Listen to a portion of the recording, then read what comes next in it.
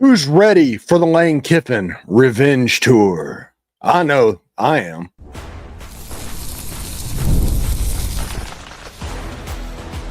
You are Locked On Ole Miss, your daily podcast on the Ole Miss Rebels. Part of the Locked On Podcast Network, your team every day.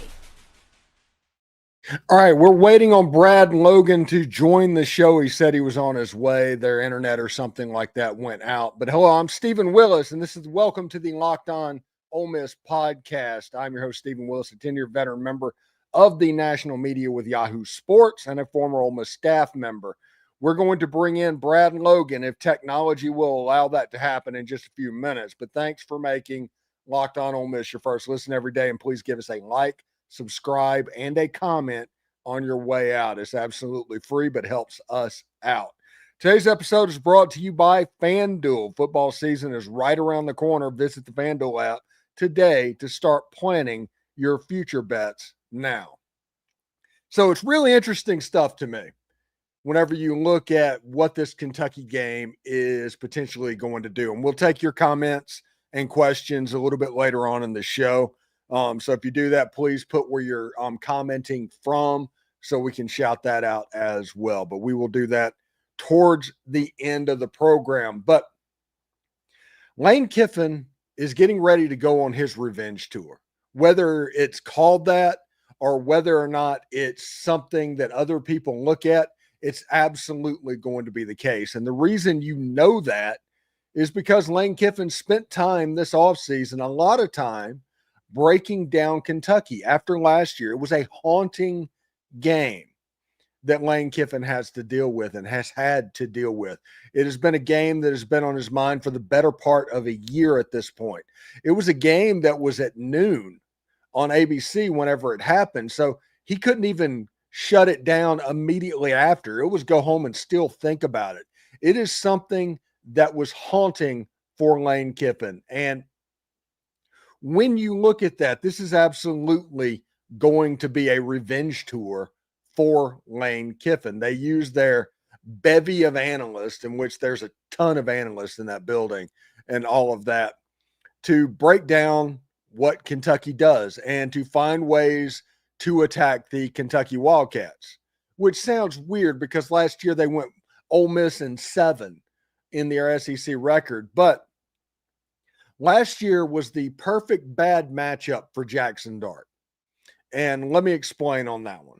Jackson Dart was very much a duck and chuck quarterback. He wanted to throw the ball down the field. He wanted to throw it deep. He was a 1970s Kenny Stabler Oakland Raiders quarterback. That's what Jackson Dart was in college. And when Ole Miss played Kentucky, you can go back and look in the box score if you want to. Trey Harris had 11 catches for 174 yards. Jackson Dart threw for like 240 yards for the game, and 40 of those yards came on one heave at the end of the game on fourth down. Basically, all of the offense ran through Trey Harris. Ole Miss could not run the ball to speak of very much, and they didn't have any variety in their passing game and kept feeding Trey Harris. So Mark Stoops, incredibly smart. What he wants to do, he's going to play a cloud coverage. He's going to play a cloud coverage and force you to try and score a 14-point touchdown. He wants you to panic. He is counting on the fact that a college team is going to struggle over the course of driving the ball down the field. Mark Stoops uses that against you. And last year, he absolutely did that as well. We have Brad and Logan. He is finally in the green room at the moment. Brad, I was just explaining why it was a little bit of a bad matchup for Jackson Dart and Ole Miss in 2024 because of the way the Mark Stoops defense was set up. And what do you think this will be different with Austin Simmons? Since you saw the game up close and personal, how do you see Austin Simmons in this atmosphere? Well, I think, number one, getting to see him be the number one quarterback is going to be, I think, paramount. Having Simmons in a situation where he's the number one guy going into SEC play. Obviously, last year he was in a backup role with Jackson Dart. And And this year, just seeing just how he was kind of in control of the offense against Georgia State, like he was this past Saturday, having the people around him. I think the wide receiving core is elite. I think a couple of people really stepped up. Harrison Wallace, the third, was really good running the football, also really good catching the football. We didn't see a lot out of Caden Lee, but, just understanding Deshaun Stribling, how good he can be. It just feels like this is a game in which we may see we may see Austin Simmons. You have to apologize to everybody. My internet is out, and I'm on a cell phone on a hotspot, and it is difficult tonight. But I'm just anxious to see how Austin Simmons responds. Yeah, we're just glad to have you, man. Trying to make it work here on the fly, but the internet is out in the entire county. So I think at the end of the day, Ole Miss fans should take solace in the fact of, did he start off a little rocky? Yeah. But I think the way he kind of settled down and having that cohesive unit with the wide receiving core, and we haven't even talked about Kawan Lacey, how good he looked. I mean, someone asked me, what did I take away from the game on Saturday? Well, we were very limited in what we could see from a practice perspective. I just couldn't believe getting able to see 10 people on the offensive side of the ball and having a depth chart. We had a little bit of a depth chart when we got to the stadium. I posted that on the social channels, but just being able to see that and seeing what kind of we would be looking at in that perspective on offense and defense, I think that was big. And offensively, Ole Miss is in great shape heading into Saturday. Did Harrison Wallace surprise you to the level that it surprised me? Because everybody thought Deshaun Stribling, okay, he's going to be the number one receiver and all of that, but it was Trey Wallace returning punts and as a receiver. He had a big time game. Yes, what Trey Wallace did was what I expected to see from Deshaun Stribling. I think you put it perfectly. And that's not to say that Deshaun Stribling didn't do some good things. Here's my thing is I said this on the postgame show, and I'll say this here today. Having a punt returner that is not only serviceable, it's pretty darn good, really good with the football, and very courageous. I mean, hitting the hole, getting the contact. I think that says a lot from a special team standpoint. I mean, I think you and I even talked about this. Ole Miss at one point last year had Jordan Watkins with a broken hand punt returning. So having that, I think, is huge. But just from he ran the ball more than Logan Diggs did in the first half. I mean, we saw Logan Diggs have a nice game, but that was in the second half. Seeing Harrison Wallace, Trey Wallace, whatever, come in motion and getting the speed sweep, I mean, that was big. Ole Miss didn't run the football until midway through the first quarter. Offensively, they were chunking it down the field. And we asked Lane that in the post-game press conference, and, of course, hope everybody's sitting down for this. He was very non-committal.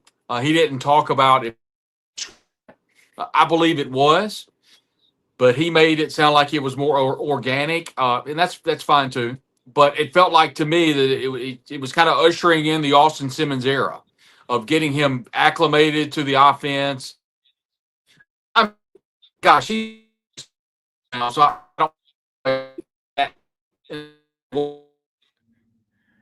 All right, so we're gonna game atmosphere.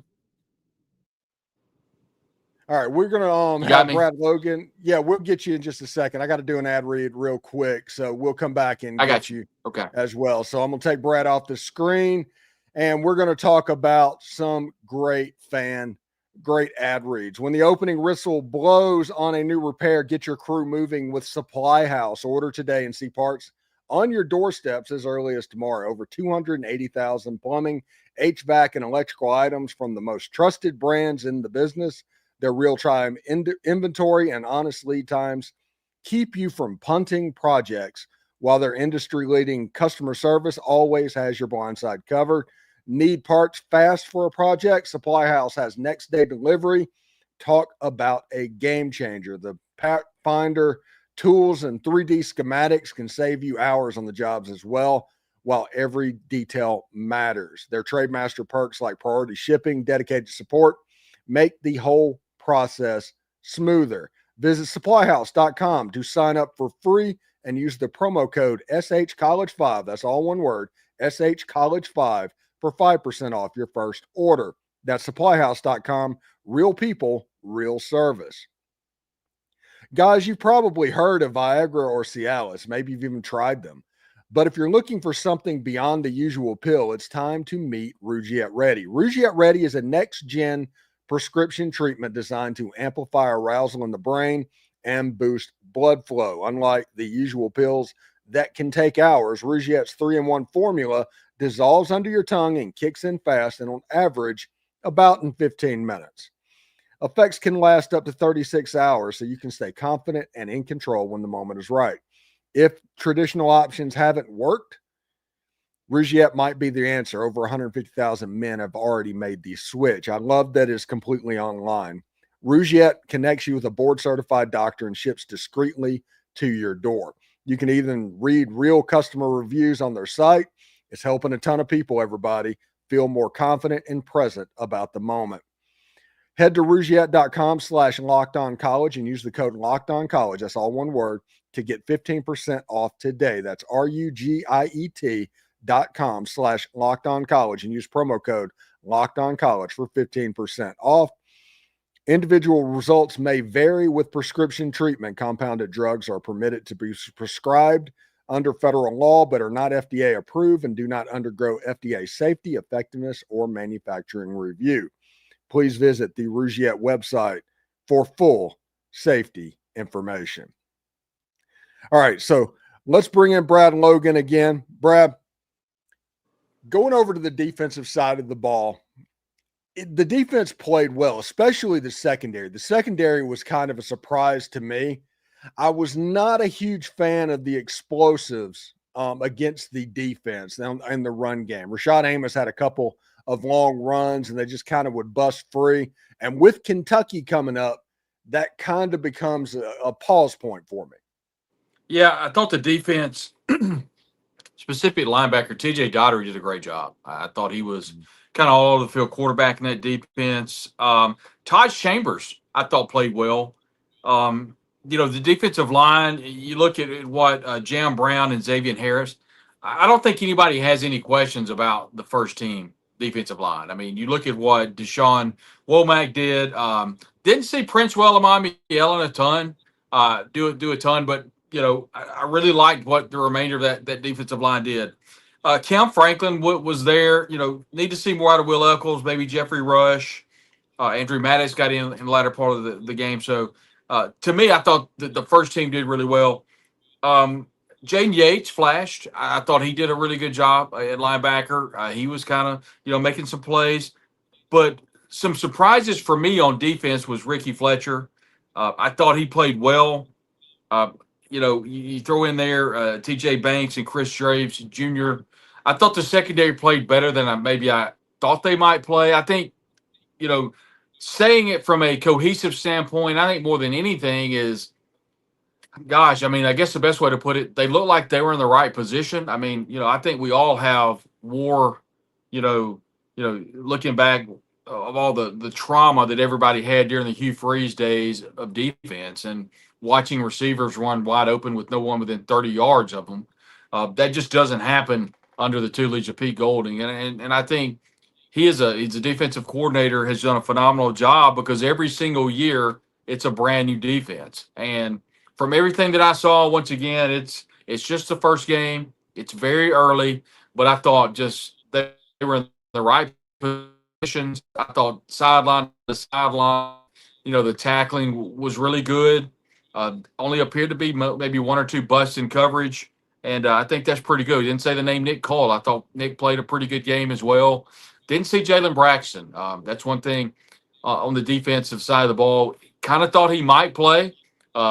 Lane was non-committal in the Monday press conference when asked about it. Said he hopes to see him and be able to play. Same thing about Luke Haas, the tight end on offense. So he hopes to see him. So the only injury we saw was Daquan Wright had a little bit of a nick, but he could have went back in according to John Darnell on the Ole Miss Network. So injury, they're in a really good situation.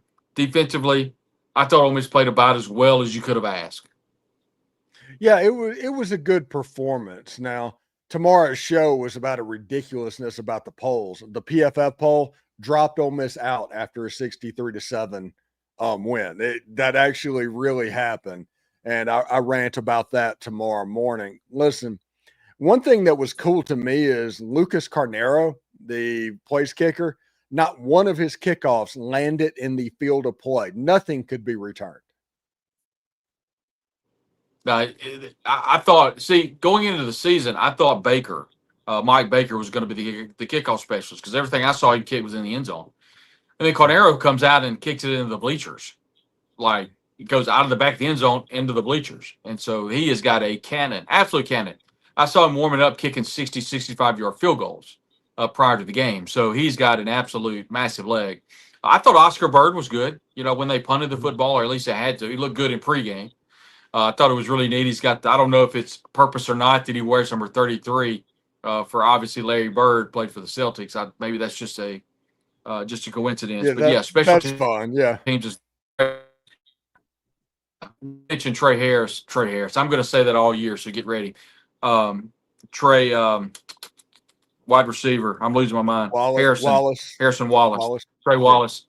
I just can't say enough about having a competent kick returner that doesn't have a broken hand, and I think that's going to prove really big for Ole Miss down the stretch. That's one of the bigger takeaways that I took away from the game is having a really good punt returner. I want to really quick say something before I get out of here.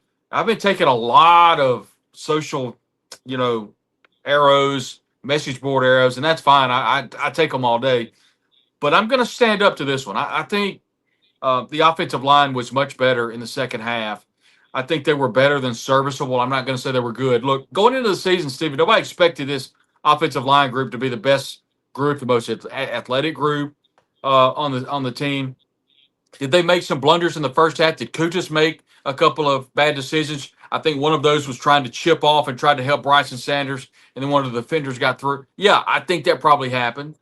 There's one clip that's making the social channels that maybe he didn't get over to Austin Simmons quick enough. At the end of the day, I thought they blocked much better in the second half, and I think John Garrison has done a pretty good job, and I know I'm going to get smoked for this, but I think he's done a pretty good job considering all the new faces. Last year, it was a unit that you had Jeremy James. You had so many other players that have been together for a number of years. This year, there's a lot of new faces. They've been suffering a lot of injuries. Delano Townsend, I think the good news is he might be able to come back sooner rather than later. P.J. Wilkins, I thought, did pretty good considering he'd been a little nicked up. Jaden Williams has been injured his whole career, and then you got Diego Pounds. So now playing that blind side that Williams had to play, look, I think they did pretty good. And so I understand I'm getting caught in for that, but I'll be interested to see how they do against Kentucky. Well, when it comes to the offensive line, this is what I think happened, because I agree with you. They didn't play as bad as it got made out. And Jordan Rodgers and all that, they had a little bit of confirmation bias as well. And I think this all started. I didn't hear the television broadcast, Stephen, and I heard they harped on that a lot, and that may have created a narrative. So I'll admit. Yeah, I think it was a little bit of confirmation bias that started out with people getting rumors second and third hand in the first scrimmage. And whenever that happened, it kind of was allowed to go out of control because Lane's not going to say anything about injuries and what's going on. So it has the ability to take a mind of its own. So as soon as there was a little bit of struggling, all of a sudden it was confirmation bias. Everything you heard, that is what is going on. And they didn't play well. They struggled at times. They got off to a slow start. I think Patrick Kutas, he hasn't played a game in a year, and the speed got him at the very beginning of the game. The speed absolutely got him. And because of that, the offensive line just doesn't work, and they got better and better and better. Every time they have reps, they're talking about building continuity. That is what that looks like. They were doing stuff in that Georgia State game, in my opinion, that they should have been doing 2 and 3 weeks ago. But because of injuries, they were unable to do it. Kudas has had a black jersey on the entire fall camp. I mean, he's had very little contact. And the early indication was that the University or Ole Miss wanted Bryson Sanders to be the center.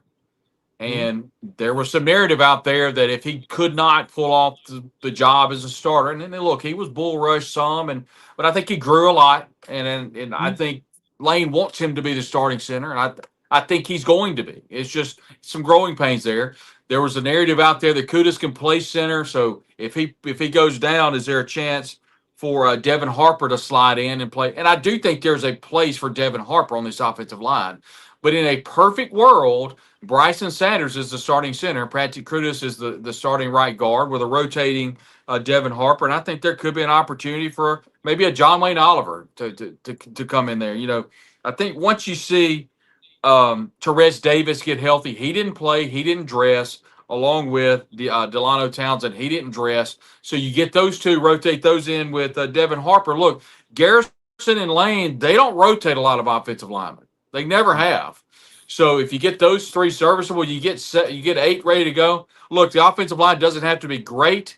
They just have to be okay, because there's so much promise with this wide receiving group, with this running back group. This tight end group is absolutely loaded. And not to mention Austin Simmons, some of those throws, Steven, specifically early, the left-handed throw, it looks effortless down the sideline. A couple of those throws, I think one of them was to Willis. It just looks so easy. And so I think if they can just be serviceable, I mean, my goodness, look what Lacey did on the ground. Look what Logan Diggs did on the ground. Look what Wallace did on the ground. I'm not saying that the offensive line didn't have struggles, but they scored 63 points. It's a lot of points. Yeah, and if you look at it, one thing that everybody should take solace in the offensive line about is in the first quarter it was 2-yard gains on the running backs. In the second quarter it was 4-yard gains.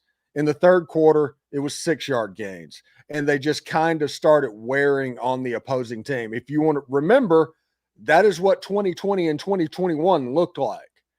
They kind of wore you down. At the end, they'd put in Snoop Connor to go up against a tired defense, and he'd kind of rip the top off the defense. Logan Diggs, in my opinion, has a chance to be this team's Snoop Connor. Right, and don't miscount Damian Taylor. You know, he rushed for 1,000 yards last year at Troy, and we saw him in the Wild Rebel, if you will. We saw him. Any of those running backs will be good in that package. And we saw Daquan Wright early. So, obviously, Ole Miss wants to continue that J.J. Pegues package. But, yeah, this running back room, it's as good, Stephen, as probably, as you said, maybe 2020, 21 with Snoop, Jerrion Ely, and help me with the third one. Henry Parrish. So, yeah, I think it could be as good as that room, and that's good news for Ole Miss, because the lack of a running game kept Ole Miss out of the college football playoff last year. With a good running game, Ole Miss beats Kentucky and Florida. Yeah. Can you hang around for a couple more minutes? Yeah. Okay. When we come back, we will talk to Brad Logan about the Kentucky Wildcats game specifically right after this. The NFL season is almost here, and FanDuel is making sure you're ready for kickoff with a can't-miss offer. Right now, new customers can bet just $5, and if you bet, your bet wins, you get $300 in bonus bets to use across the app. I love using FanDuel because it fits however you like to bet. Player props, building the same game parlay, or even jumping in live as the action unfolds. So, are you ready to play?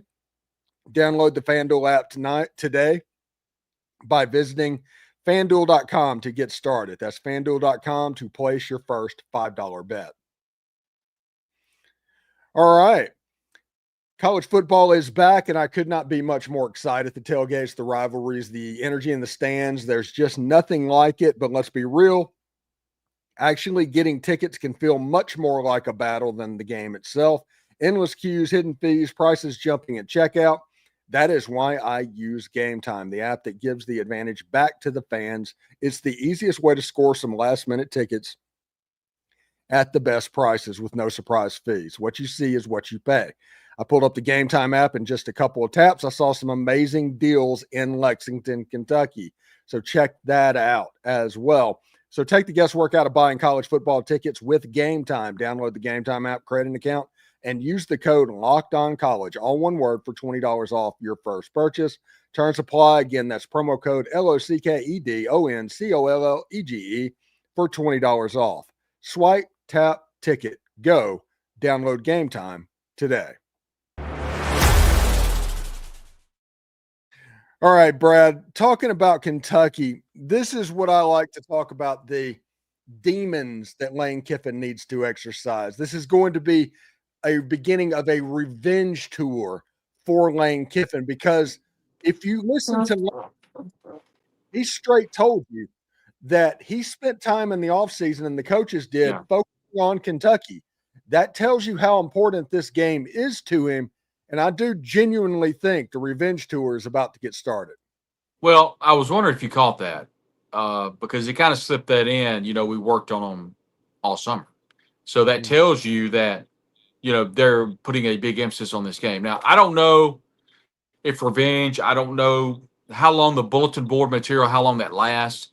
But I do know this. I asked, and they'll remain nameless, but I asked two players during the media scrum, if you will, at the beginning of the year, is there going to be some special feeling when you go to Kroger Field this year and play Kentucky? Is there going to be any remembrance of last year?